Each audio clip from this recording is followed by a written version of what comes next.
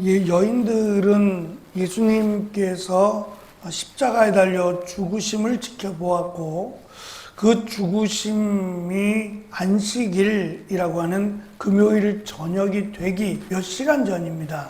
그래서 아리마대 요셉이 서둘러서 예수님을 자신의 무덤에 장사를 지냈고 그것을 끝까지 지켜본 여인들은 예수님의 시신에 향유를 바르는 것을 할 수 없었음을, 시간이 너무 촉박해서 예수님의 시신에 향유를 바르지 못했다라는 것을 깨닫고서는 안식일이 바로 몇 시간이 지나 이제 금요일 저녁이 되었고 금요일 저녁부터 토요일 저녁까지 유대인의 안식일이었기 때문에 향료를 준비해야겠다라고 생각을 했습니다. 미리 준비한 것이 아니라 준비해 놓은 것이 아니라 향료가 없다는 것을 깨닫고 나서 안식일이 끝나고 그러니까 토요일 저녁이죠. 토요일 저녁에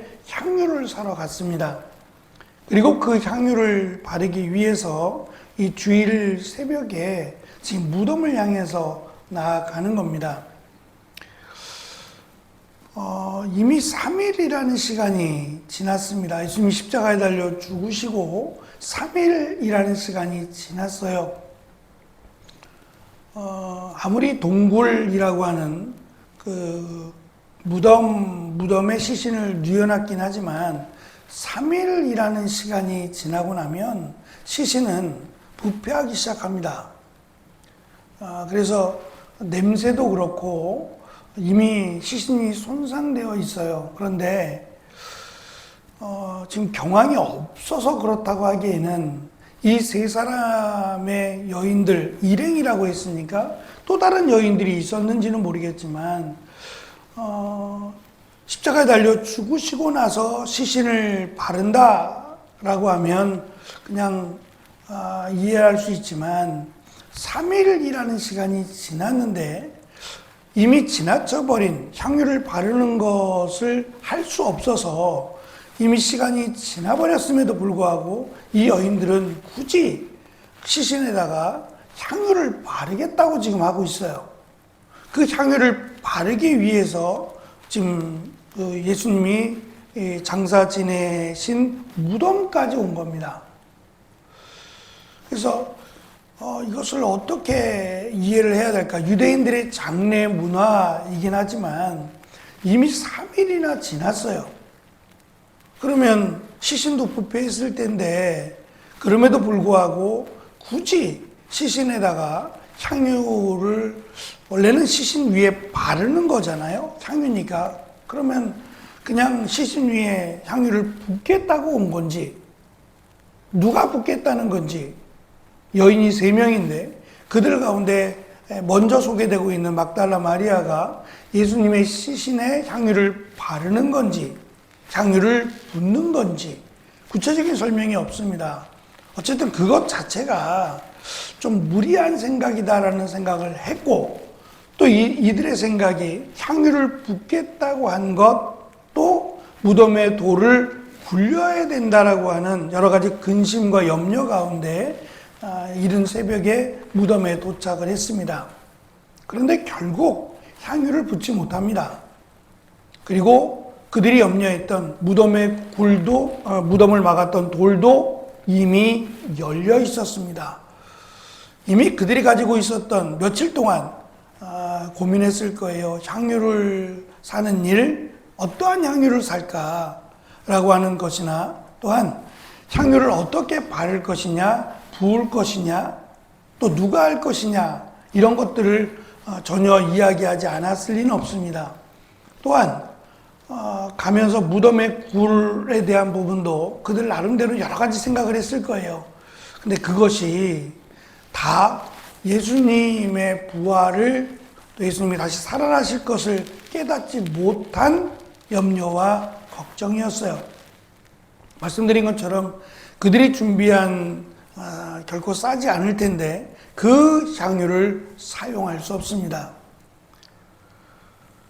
예수님께서는 이미 14장에서 초대받아서 식사하실 때에 예수님 머리에 기름을 부었던, 옥합을 깨뜨려서 기름을 부었던 이 옥합이라고 설명되는 굉장히 고가의 300데나리온이라고 제자들이 이야기한 것처럼 지금 여인들이 샀던 향유와는 비교할 수 없을 만큼의 고가의 향유를 예수님 머리에 부었고, 예수님은 그 여인의 행동을 꾸짖고 있는 제자들에게 오히려 꾸짖으시면서 이 여인이 행한 일을 책망하지 말라. 왜냐하면 이 여인이 지금 예수님 머리에 향유를 부은 이것이 예수님의 장사, 예수님의 장례를 준비한 것으로 말씀하셨기 때문이에요. 근데 그것 또한 이 여인들이 알고 있었는지는 모르지만 그것도 여인들은 깨닫지 못했어요.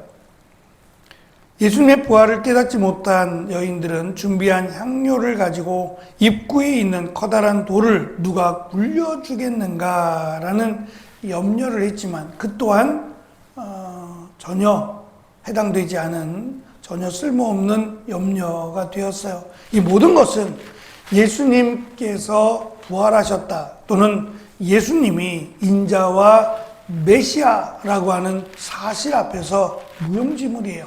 향유도 쓸모가 없는 것이고, 또 무덤의 굴을 어떻게 옮길 것이냐라고 하는 것도 쓸모없는 걱정과 염려였던 거죠.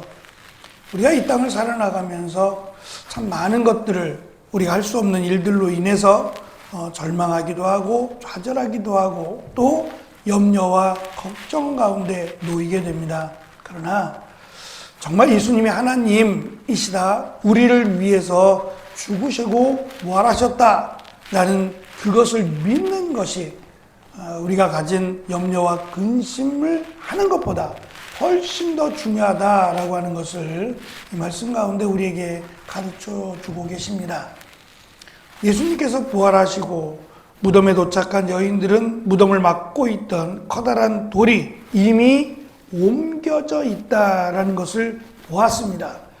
이미 옮겨졌다라고 하는 것은 누구에 의해서라고 하는 것을 상징하고 있고, 이 누구에 의해서라고 하는 이 수동태가 무덤의 돌이 저절로 옮겨졌을 리는 없는데 누군가가 이 육중한 무덤의 입구를 막았던 돌을 옮겼다라고 할 때 그것을 옮긴 이가 바로 하나님이시다라고 하는 것을 우리에게 가르쳐 줍니다.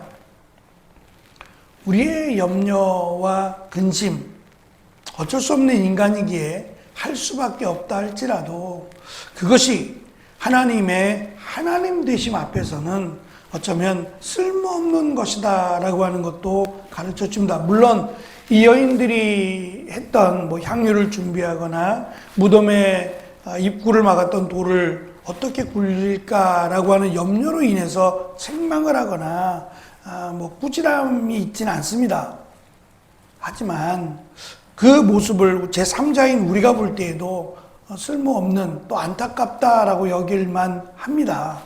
예수님의 부활을 믿었더라면, 또 예수님께서 하나님이심을 믿었더라면 이라고 하는 아쉬움을 우리는 발견합니다. 그렇다면 하나님이 보실 때 우리는 어떠하실까를 생각했으면 좋겠습니다. 우리가 생각하는 것들, 우리가 염려하고 걱정하는 것들, 그것이 하나님이 보실 때에는 나를 믿으라고, 내가 하나님이심을, 그리고 내가 너를 사랑하고 있음을 믿으라고 하는 말씀으로 우리는 받을 수 있습니다. 오늘을 살아가면서 또 우리가 가지고 있는 여러 가지 고민도 있을 수 있고 걱정도 있을 수 있습니다. 이것들이 하나님의 하나님 되심, 그리고 하나님이 우리를 사랑하심, 그 앞에서 우리의 염려를 내려놓고 오히려 하나님을 신뢰하고 하나님을 믿음으로 기쁨과 은혜 가운데 살아갈 수 있는 그런 믿음을 달라고 기도하는 또한 기회가 되었으면 좋겠습니다. 그 믿음으로 승리하는 오늘 하루가 되시기를 축원합니다. 기도하겠습니다.